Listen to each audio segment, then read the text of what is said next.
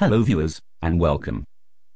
Today we're going to have an in-depth look and talk about Universal JobMatch website. As I'm sure you all know what this website is and what it is for. Basically it's a site that the government has set up to help people look and find employment. It's what used to be the old Job Center Plus website. Now let's begin. Firstly, we'll talk about security issues with using this site.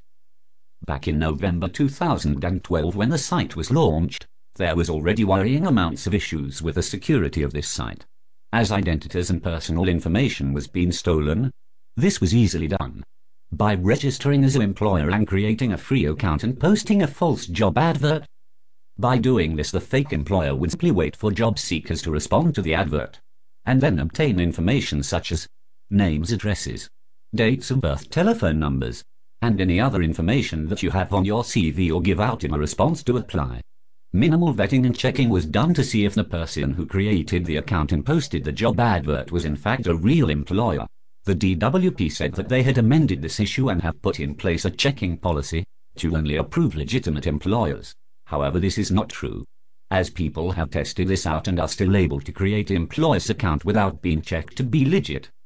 Now we will talk about registering for this site and the kind of information that they themselves, the DWP and government, will gather from you. When you go to register, you'll be asked to fill out your details to create a job seeker account. It will look like this. Then you will follow the steps. Once complete, you will be able to apply for jobs. But let's take a closer look at the terms and condition and privacy section. Here we can see in the section titled Information we collect and keep. With this information they gather from you, they can see vulnerable stuff. And with something like a IP address and hardware, software and operating system, domain names and access times, they can get into your computer just like a hacker would do. It is very easy. Also, once inside your network and on your system, they can roam freely around without you knowing anything is wrong. Once they have the access, they will see what sites you go on, passwords such as email accounts, Facebook, Twitter and anything else you use. If you use internet banking or shopping online, they'll also see that too, along with passwords and details of transactions and things you buy. They try to say that gathering this information is to help them troubleshoot problems if you have any, and to improve their service, also to prevent fraud and illegal activity. Like we're big drug dealers or child sex offenders, terrorists or working on the side. This is complete bullshit and is just an excuse to gather our personal and private information, to monitor us and take away our freedom. Next we will take a look at the section titled Giving Your Information to Others. In this section they explain how they can pass your information to third parties, if legally asked to do so, to prevent crime and protect national security. Again, they seem to think we must be terrorists or committing crime. Bullshit. It is just a legal way out of taking away our freedom and privacy. I posted a link in the description for this page where you can view and read it fully yourselves. It goes on to say about cookies, web beacons and JavaScript. And they use them in case we try to hack the site or try to DDoS, denial of service, attack their site to bring it down. Like we would waste our time. Haha. They also say that they do not run the site themselves. It's run and managed by Monster Worldwide Limited. Basically they're too lazy to run the site themselves. They have somebody else do the work. And they just gather your information. Now we're going to look at ways we can avoid this.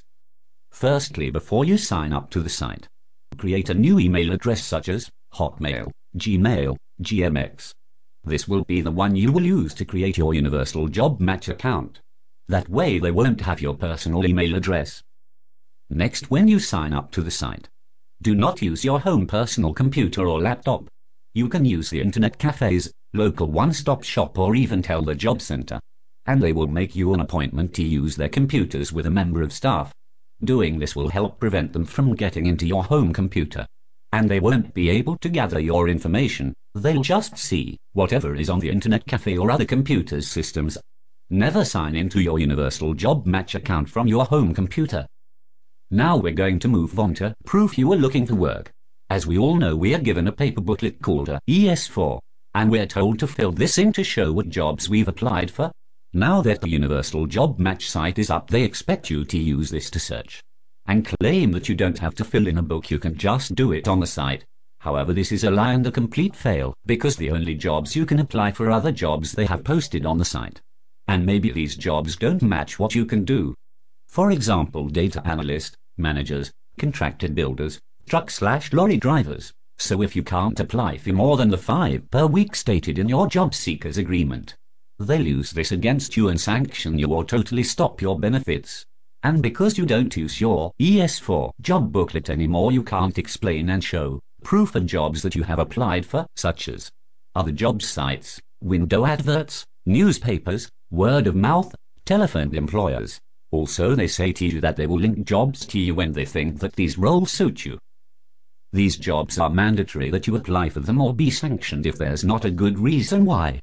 These jobs will mainly consist of types you have set out yourself, such as cleaning, receptionist, or anything else you have experience in and would like to do.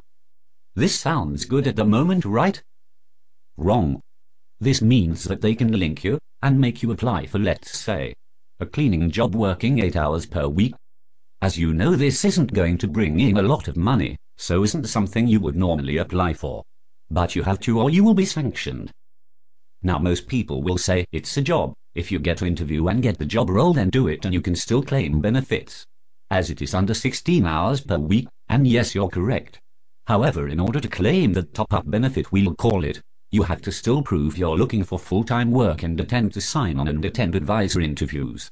And it becomes a little bit annoying, considering that you don't get anything more than £5 or £10 extra. And these days that is what? A loaf of bread and 4 pints of milk. This is why people decide to stay on benefits.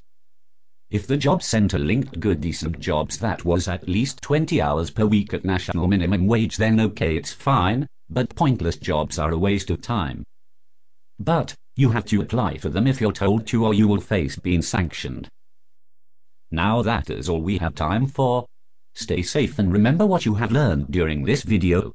Please like, comment and subscribe. Goodbye for now.